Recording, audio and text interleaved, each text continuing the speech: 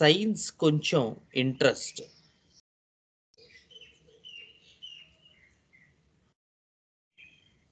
Root cause of disease ఏంటంటారు?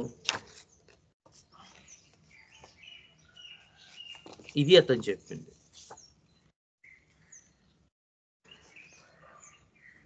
So మనం అడిగిన క్వశ్చన్కి ఏమైనా ఆన్సర్ దాని రిలేటివ్గా వచ్చిందంటారా, రాలేదంటారా?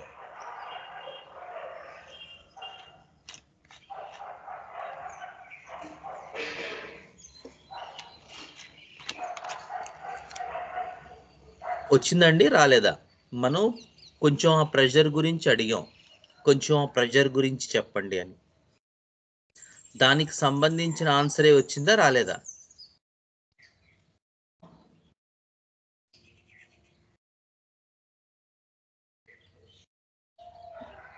రాలేదు సార్. రాలేదు. సో మళ్ళీ ఏం అడగాలి మరి? మళ్ళీ అదే క్వశ్చన్ అడగడమేగా. ఇంకొంచెం చెప్పండి. అంతే. ప్రెషరైజింగ్ అన్నారు అని వదిలేశాను. ఎనర్జీ సింక్ అవుతోంది, కుంచుకుపోతున్నాను, హ్యాండ్ జెస్చర్. బ్రీత్ స్టేబుల్గా ఉండదు. Then start reacting. మెంటల్గా రిగ్రెట్ అవుతాను, అన్యాయానికి రియాక్ట్. మెంటల్గా డిబేట్ చేస్తాను, ఎదుటి పర్సన్తో మెంటల్గా ఫైట్ చేస్తాను, డిబేట్ చేస్తాను. ఇది అతను చెప్పింది. సో ఇందులో మనకి what is the point to be carried? Next ఏం అడగచ్చు? మనకి ఇంపార్టెంట్ ఏంటి ఆ పేరాలో?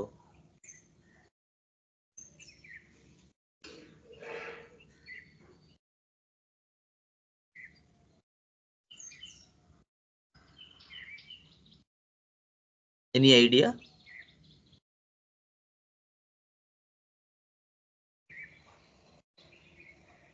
ఓకే. సో అతను ప్రెషరైజింగ్ అంటే అని అడిగినప్పుడు అతను ఒక హ్యాండ్ జెస్చర్ ఇచ్చాడు.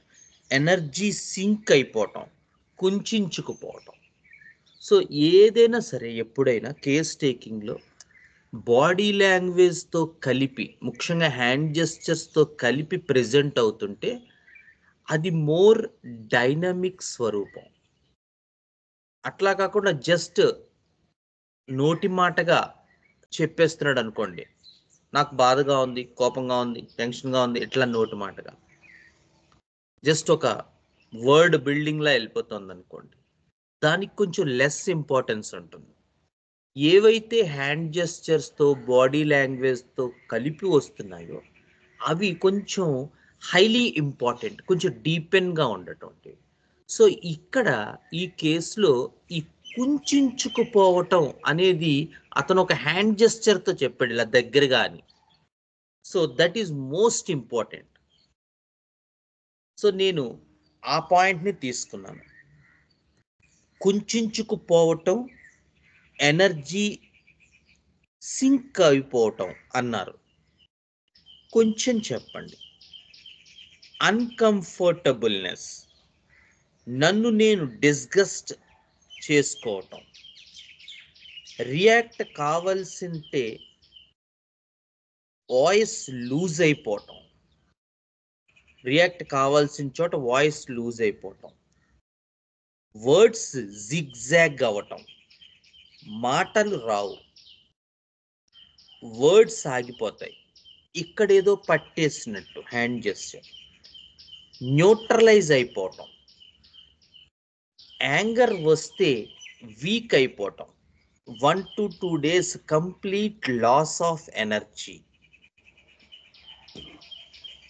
హాఫ్ ఎన్ అవర్ మాట్లాడితే I feel energy is going down. అవతల వాళ్ళు మాట వినకపోతే యాంగర్ వస్తుంది.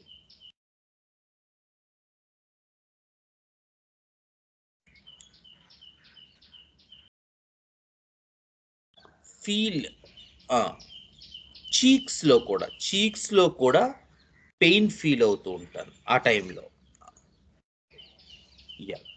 కుంచుకుపోవటం, అన్కంఫర్టబుల్, ఎందుకంటే ఆ రెండు పదాలు హ్యాండ్ జెస్చర్స్తో వచ్చాయి, వెర్బ్ అసోసియేట్ అయింది, something happening, verb.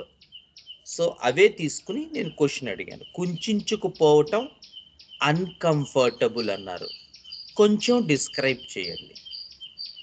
Nervous feeling, I get in to లో level of energy. Depression, I am living both on low and high energy. Balanced state అనేది తక్కువ ఉంటుంది. సో మళ్ళీ ఇంకొక పాయింట్ ఇచ్చారు. ఫస్ట్ ఏమి ఇచ్చారు మనకి? ఆయన కుంచుకుపోవటం, తర్వాత అన్కంఫర్టబుల్, ఇప్పుడు నెర్వస్ ఫీలింగ్. నెక్స్ట్ 3 కలిపి ఆయనకి ఇద్దాం. కుంచుకుపోవటం, అన్కంఫర్టబుల్, నెర్వస్ ఫీలింగ్. కొంచెం చెప్పండి. ముఖం అంతా చేంజ్ అయిపోతోంది. ప్రాణం పోయే ముందు ఎలా ఉంటుందో అంత వీక్నెస్, లో confidence, dullness,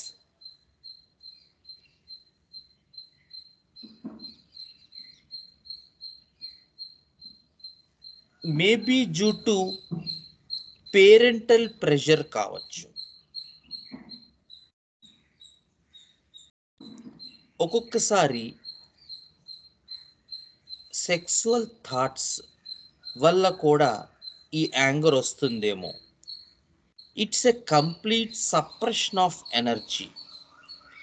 I can feel, I can sense that sort of problem. యోగులు స్వాములు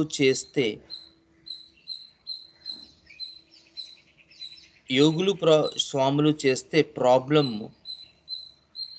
షేక్ అవుతారు. It's a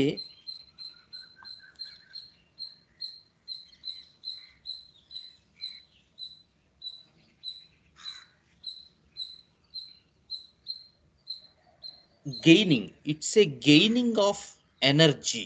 Hand gesture, hands uplifting, it's a gaining of energy.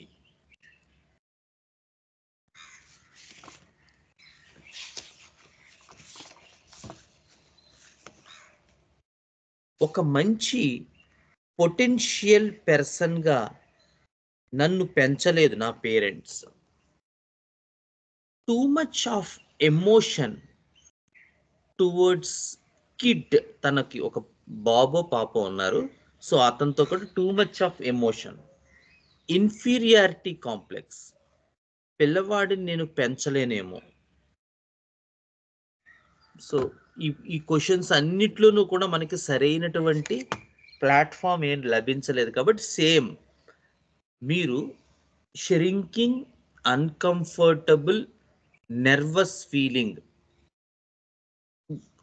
Describe గురించి చెప్తున్నారని గుర్తు చేశాను. మళ్ళీ అతను వాళ్ళ పేరెంట్స్కి అటువైపుకి వెళ్ళిపోతున్నాడు. సో అతని లోపల ఏం జరుగుతుందో తెలుసుకోవటం మనకి ఇంపార్టెంట్, ఎందుకంటే అది అతని ఎక్స్పీరియన్స్. సో మళ్ళీ ట్రాక్ మీదకి తీసుకురావడం కోసం మీరు ఆ నెర్వస్ షరింకింగ్ గురించి మీరు చెప్తున్నారు. అవును, మోకాళ్ళ నుంచి కింద వరకు కాళ్ళు కుంచుకుపోతున్నట్టు. Again hand gesture.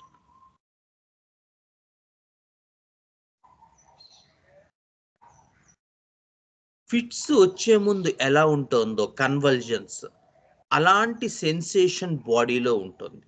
Very low level. ఎలా ఉంటుంది ఆ ఫిట్స్ వచ్చే ముందు సెన్సేషన్? బాడీలో every bit a little energy drop లా అనిపిస్తుంది. Describe that. అంటే మీకు ఎలా ఉంటుందా సెన్సేషను? బాడీలో లిటిల్ బిట్ ఎనర్జీ డ్రాప్ అవుతూ ఉండటం, ఒక రకమైన షేకింగ్ అని చెప్పచ్చు. Tightening in the body, hand gesture. Expansion అవ్వనివ్వదు. దానికి కాంట్రాస్ట్గా షిరింక్ అయిపోతూ ఉంటుంది, కుంచుకుపోతూ ఉంటుంది. సో ఎక్స్పాండ్ అవ్వనివ్వదంట ఆ ఎక్స్పీరియన్స్. షేక్ అయిపోతుంది, వణికిపోతూ ఉంటుంది, టైట్ అయిపోతూ ఉంటుంది, ఎక్స్పాండ్ అవ్వనివ్వదు, షిరింక్ అయిపోతూ ఉంటుంది. దానికి కాంట్రాస్ట్గా చేతులన్నీ ముడుచుకుపోతూ ఉంటాయి, ఆ అనుభూతి ఉంటుంది. ఒక్కొక్కప్పుడు కొంచెం వణుకు కూడా వస్తుంది. ఇది ఎక్స్పీరియన్స్. ఎగ్జాక్ట్ ఆపోజిట్ ఎక్స్పీరియన్స్ ఏంటి దీనికి? I am everywhere, expanding,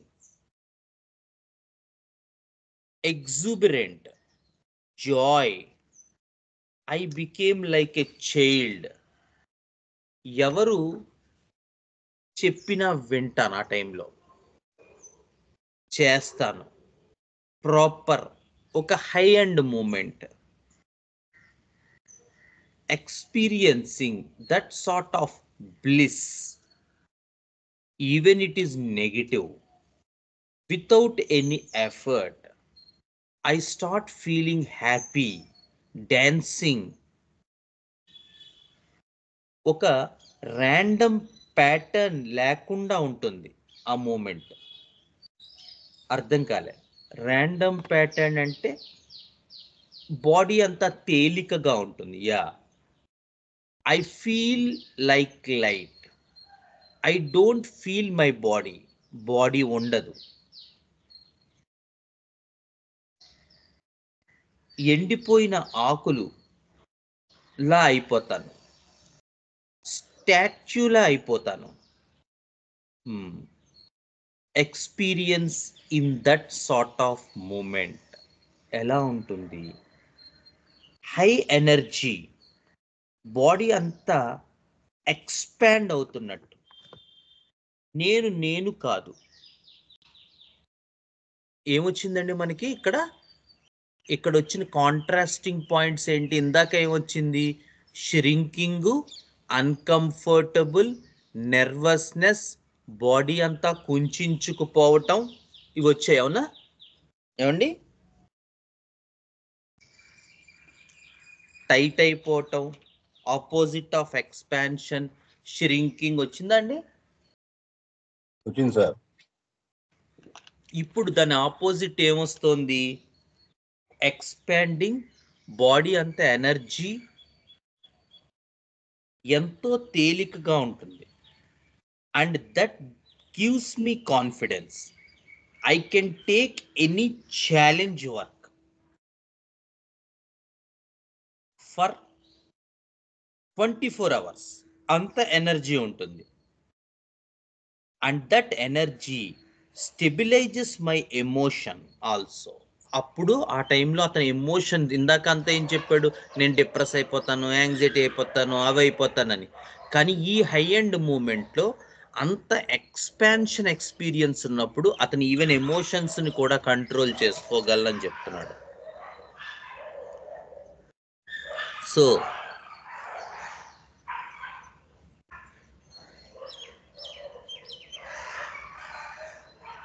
what's your observation ఈ కేసులో?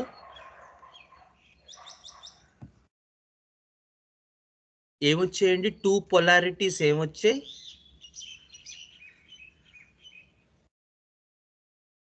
షింకింగ్, expansion. Very good. So a sub class అండి అది? సబ్ క్లాస్ ఏంటి? మేబీ అనకార్డియం డ్రగ్ లాంటి పిక్చర్ అనిపిస్తున్నా sir. Anacardium. Very good. Aravinda ఏదో చెప్పింది. ఏంటమ్మా అరవింద? Third sub class. మరి ఆయన ఎనకార్డియం అంటున్నారు చంద్రకాంత్ గారు. థింకింగ్, క్యాక్టస్ వీటన్నిటిలో కూడా చూసాను కదా సార్. అవును కరెక్టే. మరి ఆయన ఎనకార్డియం అంటే మరి ఆయనకి ఎలా చెప్తాం మనం ఎనకార్డియం కాదని? అకార్డియంలో ఓవర్ ప్రెజర్ ఉంటుంది, they want to come out. Um. Anacardium కాదు సార్. ఎలాగా కాదు? ఓకే, మరి ఆయన మనం చెప్పగలగాలి కదా.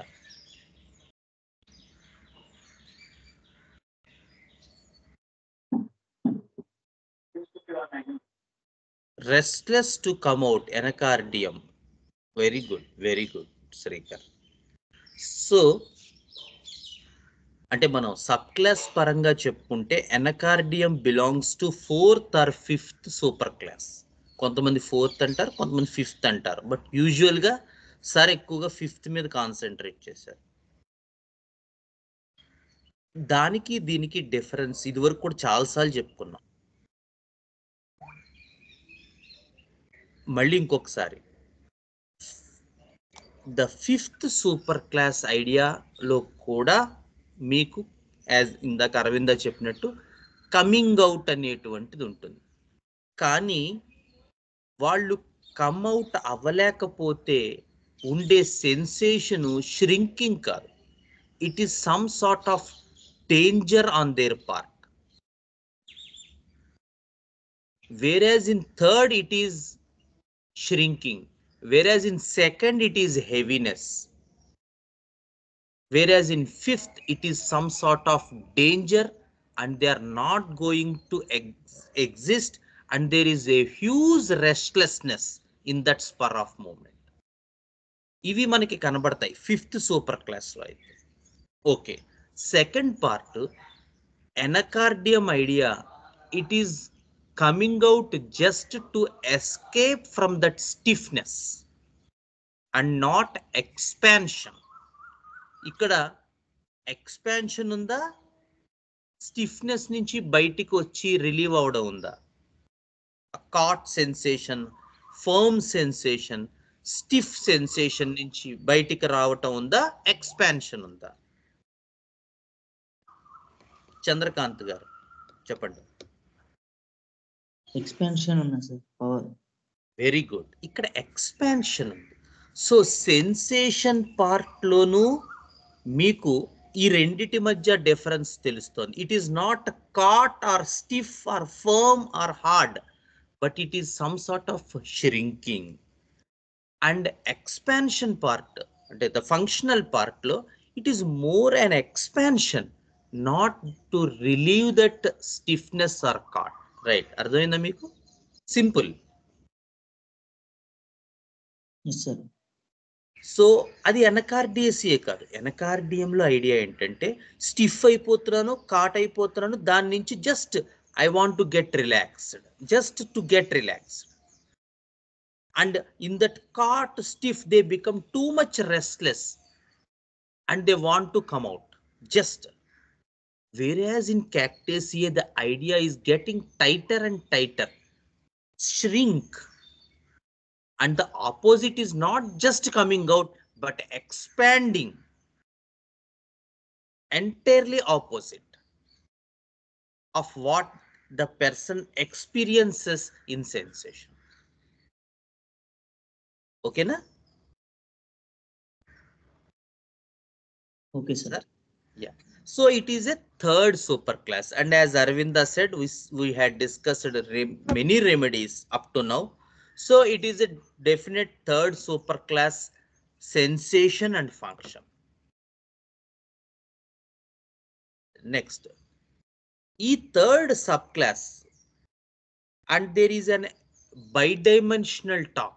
People so this person is always talking about sensation and function together, and mostly he is speaking of adaptiveness. So which kingdom this person belongs to?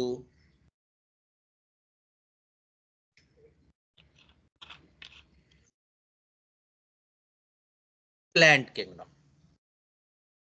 ఒప్పుకుంటారండి? ఇక్కడ ఎక్కడైనా హై వర్సెస్ యూ, ప్రిడేటర్ ప్రే అవన్నీ ఉన్నాయా?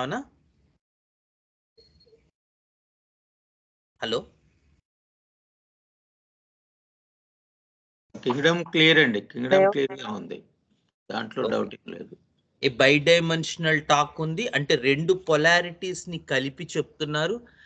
And first moment నుంచి నేను effect అవుతున్నాను, అవి నన్ను బాధిస్తున్నాయి, అవి నన్ను ఇబ్బంది పెడుతున్నాయి. A some sort of I am sensitive to these things which is a general plant understanding. Of course అది కాన్షియస్ టాక్ లోనే జరిగింది, బట్ రిపీటెడ్ గా అదే వస్తుంది కదా. అవునండి. So plant kingdom and third sub class sensation. కానీ ఇందులో ఎక్కడున్నాడు? ఎందుకంటే చాలా ఆర్డర్స్ ఉన్నాయి కదా మనకి థర్డ్ సబ్ క్లాస్ లో కదా.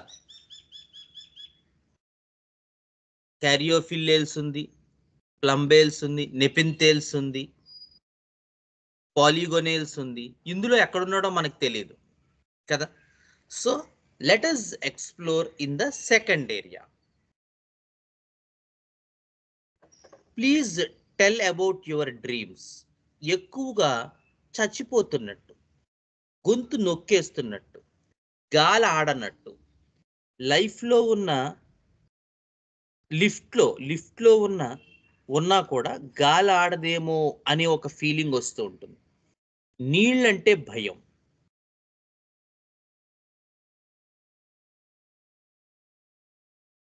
నీళ్ళంటే భయం స్టార్ట్ అయింది ఈ మధ్య. వాటర్ చూస్తే తెలియకుండానే భయం వేస్తోంది. కెరటాలు వస్తే భయం.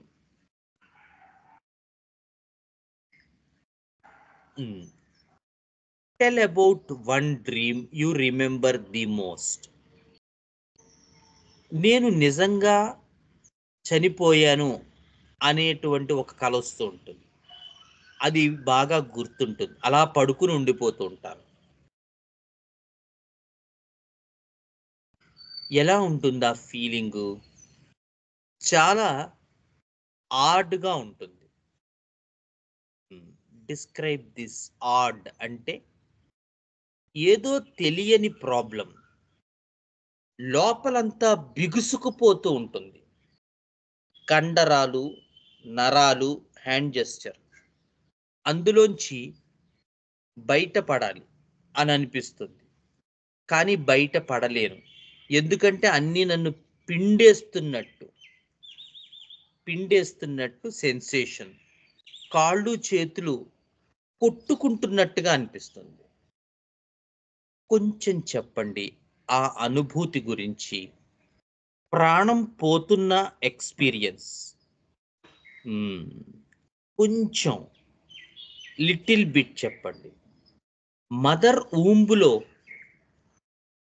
ఉన్నప్పుడు ఎలా ఉంటుంది అలాంటి ఎక్స్పీరియన్స్, అందులో నుంచి బయటపడాలనేటువంటి ప్రయత్నం.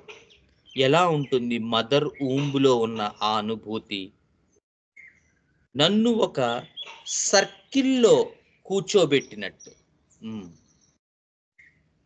అద్దాలు బద్దలు కొట్టుకుని బయటికి రావాలి, అది ఒక ఎఫర్ట్.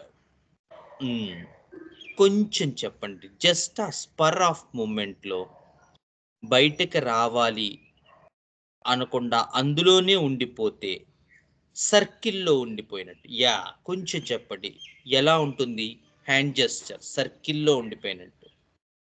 ఒక పర్సన్ గొంతు దగ్గర నొక్కుతున్నట్టు ఆ అనుభూతి ఎలా ఉంటుంది? ప్రాణం వదిలేస్తానా అనిపిస్తూ ఉంటుంది. బాడీలో అన్ని టైట్ అయిపోతున్నట్టు, స్టిఫ్ అయిపోతున్నట్టు, కుంచుకుపోతున్నట్టు. కొంచెం చెప్పండి ఆ ఎక్స్పీరియన్స్. నరాలన్నీ దగ్గరికి చేసేస్తున్నట్టు, హార్ట్ పిండేసినట్టు, ఎవరో గట్టిగా నా ఛాతీని నొక్కి పెట్టుకు ఉంచినట్టు, గుంజినట్టు.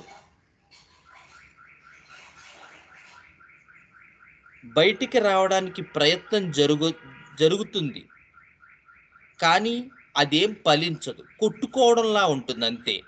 నేను అందులోంచి బయటకు రాలేనేమో ఎప్పుడు అనిపిస్తుంది.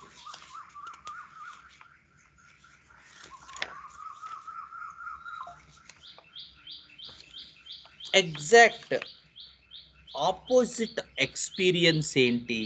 దానికి బయటకి రావటం. కొంచెం చెప్పండి. బయటికి రావడం అంటే ఇప్పుడు చంద్రకాంత్ గారి క్వశ్చన్కి వచ్చింది. జస్ట్ బయటికి రావడం కాదు, దానికి దొరకకుండా ఉండేంతగా ఎక్స్పాండ్ అవ్వడం, మళ్ళీ ఆ సర్కిల్లోకి వెళ్ళకుండా ఉండడం. అది చంద్రకాంత్ గారు చూసారా? జస్ట్ బయటికి రావడం కాదు, అంత పై దూరం వెళ్ళిపోవటం, మళ్ళీ ఆ సర్కిల్కి దొరకనంత దూరం వెళ్ళిపోవటం.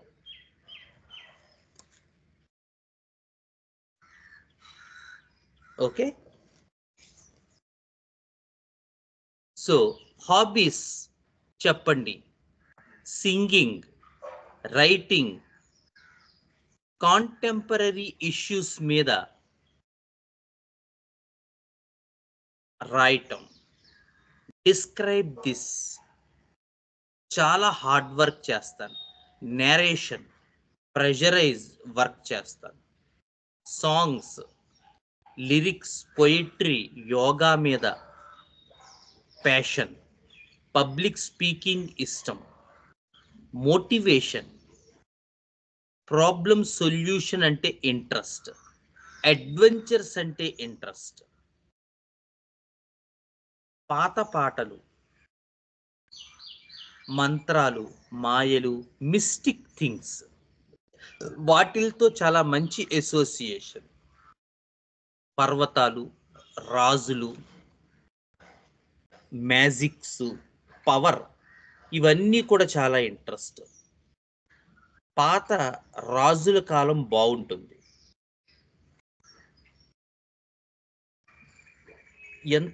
ఎంతో ప్రొఫెషన్స్, అప్పుడు పాత ప్రొఫెషన్స్ కూడా బాగుండేవి. ఏన్షియంట్ పీపుల్ దగ్గర వాల్యుబుల్ నాలెడ్జ్ ఉంది. వాళ్ళ డ్రెస్సింగ్ స్టైల్ కూడా ఒక అద్భుతం. గార్డెనింగ్ ఇష్టం. సొల్యూషన్ ద్వారా బయట చెట్లు పెంచటం, సొల్యూషన్స్ ద్వారా ప్లాంట్స్, నేచర్ ఎలా ఉంటుంది, వాటికి తగ్గ సొల్యూషన్స్ ఇచ్చి చెట్లు పెంచడం. రివర్ రెస్టోరేషన్ అని చేస్తూ ఉంటారు. చాలా ఇంట్రెస్ట్, అది చాలా యాక్టివ్ పార్ట్ తీసుకుంటాను.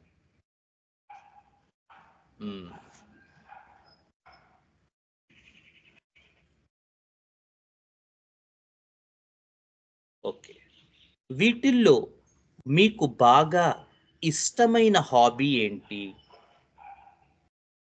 Service to man kind. ఇవన్నీ చేస్తున్నానంటే బ్యాక్గ్రౌండ్లో నేను ఏదో ఒకటి మానవ జాతికి చెయ్యాలి అని. అది పాటల రూపంలో కావచ్చు, రాయడం రూపంలో కావచ్చు, యోగా కావచ్చు, ఏదైనా కావచ్చు. బట్ అల్టిమేట్గా నేను హెల్ప్ఫుల్ అవ్వాలి. That is my idea.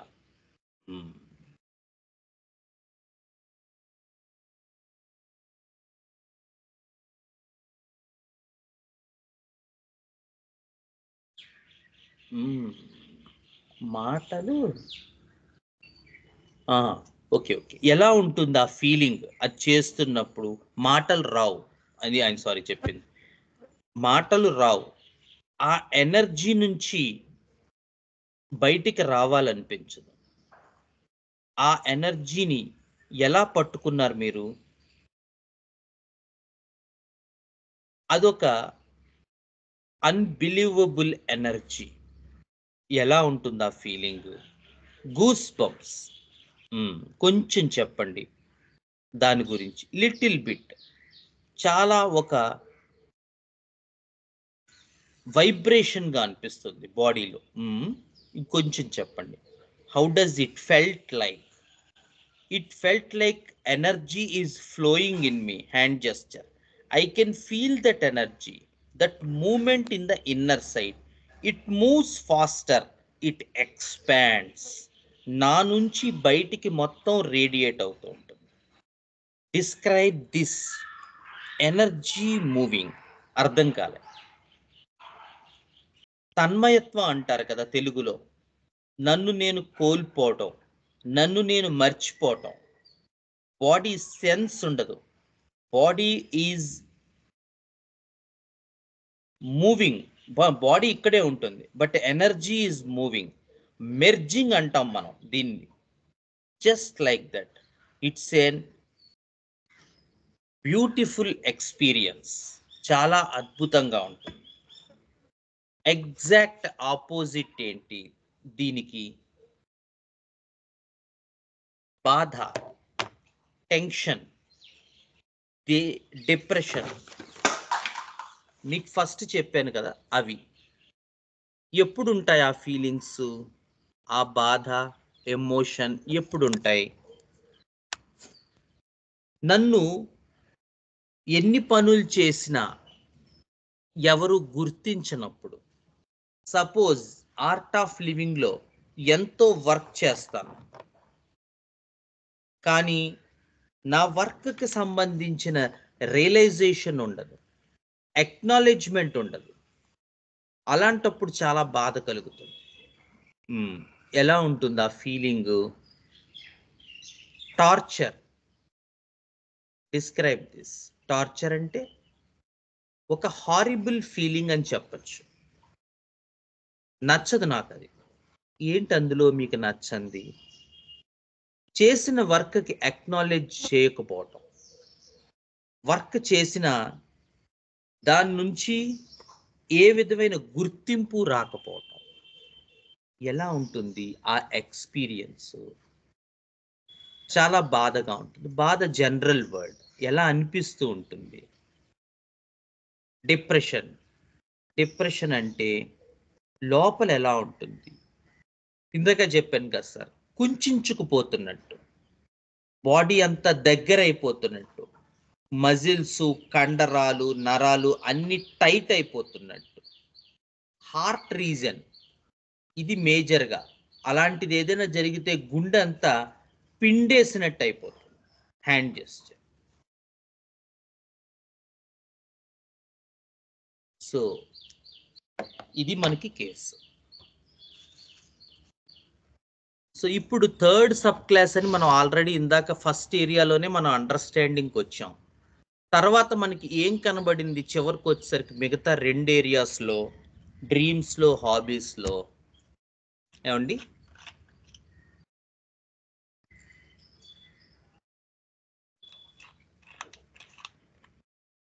Hello,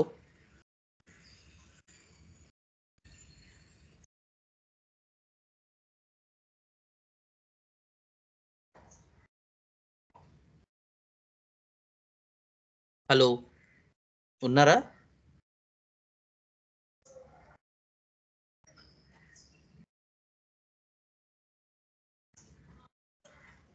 hello,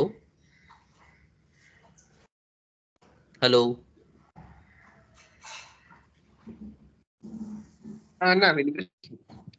okay, okay. So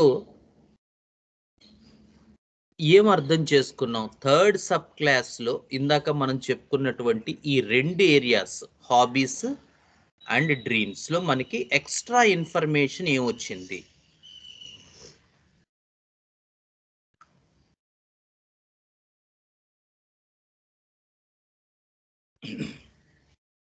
తను ఐడెంటిఫై చేసే విధంగా. ఎగ్జాక్ట్లీ. తను ఐడెంటిఫై చెయ్యట్లేదు అనేది ఏం చెప్పుకున్నాం? సీరియస్ బోన్పాండీలో మనం ఇదే కదా చెప్పుకున్నాం. వాళ్ళు 24/7 వర్కహాలిక్స్లో ఉంటారు కదా, అవునా?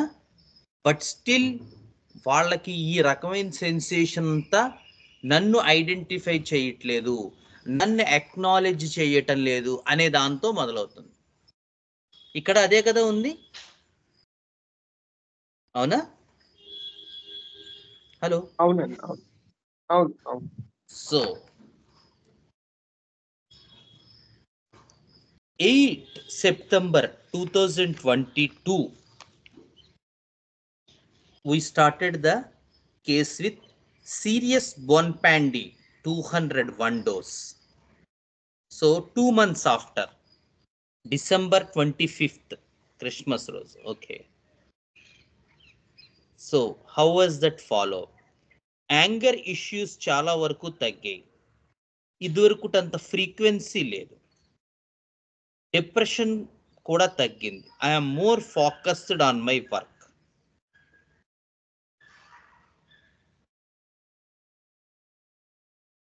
So on 21st Jan 2023 some fever acute వచ్చింది. బ్రయోనియా 200 ఇచ్చాం.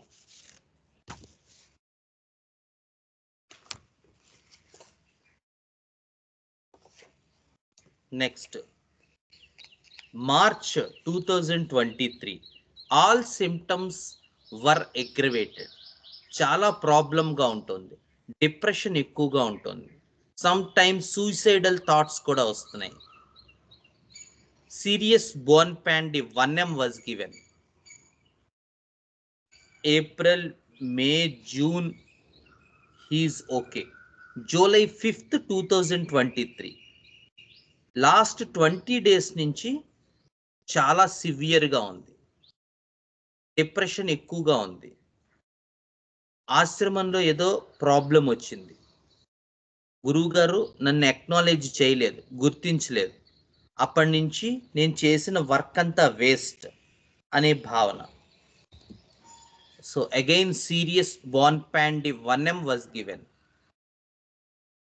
August 2023 ఐఎమ్ ఓకే నౌ, బానే ఉంది. So September 2023 was the last review of the case. I am doing good sir, నాకు బానే అనిపిస్తోంది. I can cope up with all my stress. So that is the case of serious Bonpandi. And to my recent information from other sources, ఆయనతో నేను మాట్లాడలేదు, వాళ్ళ వైఫ్తో. Actually he is doing much good than before. అయితే ఆయన more interested in this yoga and that other sort of things rather than using medicine.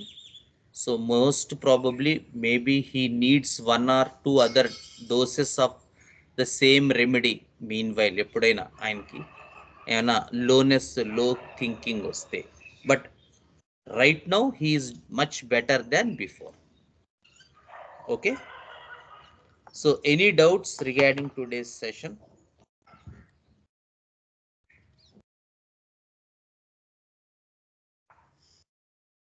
ఏమండి? No doubts. ఇప్పుడు ఇందులో ట్యూబర్క్యులర్ మయాజం ఎక్కడ కనిపించింది అంటారు? నాకు అర్థం కాలేదు. మయాజం తీసుకోలేదు ఇందులో. ఆ idea of acknowledging, idea of workaholism, ఆ ఐడియా ఆఫ్ ఐడెంటిటీ క్రైసిస్. అంటే ఆయన ఓ పక్క నుంచి ఏం చెప్తున్నారు, దానికి ఆ ఆర్ట్ ఆఫ్ లివింగ్ అంటే నాకు ప్రాణం, అది ఇది అని చెప్తున్నారు. అట్ ద సేమ్ టైం గురువు గారు గుర్తించకపోతే ఈయనకి ప్రాబ్లం వచ్చేస్తుంది కదా. హలో, అవును అవును అవును. సో ఆ తత్వం ఎందులో ఉంటుంది అని అన్ని రెమెడీస్ చదవడం జరిగింది క్యాక్టేసియాలో, అదే మొత్తం ఆ 3rd సబ్ క్లాస్లో. అప్పుడే నాకు ఇది కనబడింది, ఈ సీరియస్ Bonpandi. మయాజం పరంగా అంటే నాకు అర్థం కాలేదు మయాజము. సో ఒక్కొక్క రెమెడీ మనం జాగ్రత్తగా చదువుకుని, ఇది చాలా ప్రామినెంట్గా ఉంది. ఎందుకంటే ష్రింక్ ఎక్స్పాన్షన్ మనకు తెలుసు, బట్ యోగా చేస్తాను, పోయిటరీ రాస్తాను, పోయమ్స్ పాడతాను, ఆశ్రమానికి వెళ్తాను, అక్కడ సర్వీస్ చేస్తాను, గురువుగారంటే అభిమానం, ఇష్టం. But at the same time నేను ఇంత పని చేస్తున్నా నన్ను గుర్తించట్లేదేంటి, ఆయన మీద మధ్యలో కోపం రావటం, అలక వహించడం, ఇవన్నీ కొంచెం ఈవెన్ ఇన్ ది ఫాలోఅప్స్ కూడా ఆయనకి లిటప్ అయినటువంటివి ఆకాజెస్సే. అలా ఎప్పుడైతే అతను చేసిన వర్క్ కి అక్నాలెడ్జ్ చేయలేదో ఆయనకి ఇమీడియట్ గా డిప్రెషన్ వచ్చేసేది. అప్పుడు మళ్ళీ సీరియస్ Bonpandi వస్తే మరీ చల్లబడేవాడు అనమాట ఆయన. మధ్యలో ఒక సైకలాజికల్ కౌన్సిలింగ్ సెషన్ కూడా పెట్టాను ఈయనకి, సైకోథెరపీ కూడా. సో ఒక సెషన్ ఒక 30 మినిట్స్ గురు చరిత్ర గురించి దాని గురించి చెప్పాను. అది యాక్చువల్గా పాజిటివ్ కదండి మీకు అని చెప్పాను. పాజిటివ్ అంటారు ఏంటంటే ఆయన గుర్తించకపోతే అన్నాడు ఆయన.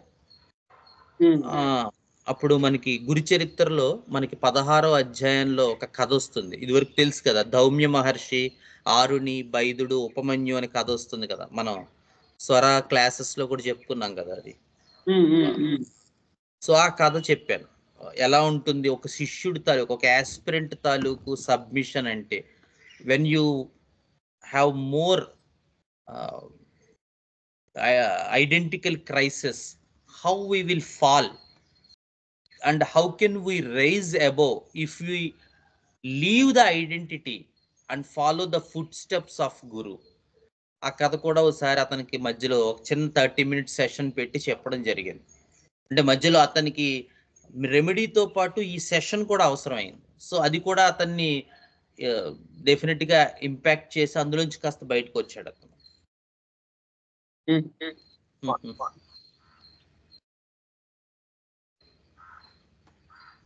Okay, any doubts? Aravinda, Chandrakant గారు ఏమైనా డౌట్స్ ఉన్నాయా? సుస్మిత, లేదు సార్, లేదు సార్. శ్రీకర్. నాకు మియాజందే డౌట్ వచ్చింది సార్, బట్ ఇప్పుడు క్లియర్ లేండి. ఎందుకంటే ఆయన డిస్గస్టింగ్ అలా చెప్తే నేను లెప్రసీ మియాజం లాగా అట్లా స్టార్టింగ్ లో. అది స్టోరీ పార్క్ లోనే కదా. ఓకే. తర్వాత చూడు అసలు ఎంత ఐడెంటిటీ క్రైసిస్ ఉందో ఆయనకి. ఆయన ఇంత వర్క్ చేసి నన్ను గుర్తించాలనుకుంటే ఇంకా అది లెప్రస్ కండిషన్ ఎలా అవుతుంది? లెప్రస్ లో నీకు పూర్తిగా అవుట్ క్యాస్ట్ అయిపోయిన సెన్సేషన్ ఉంటుంది. Okay. Okay sir, thank you.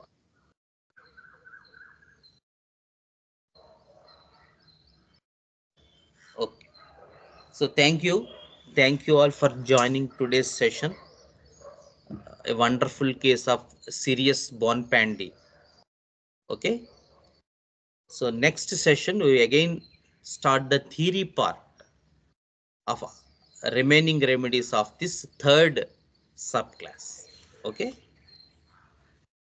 Gurur Brahma Gurur Vishnu Gurur Devo Maheswara Gurur Sakshat Param Brahma Tasmai Sri Gurave Namaha.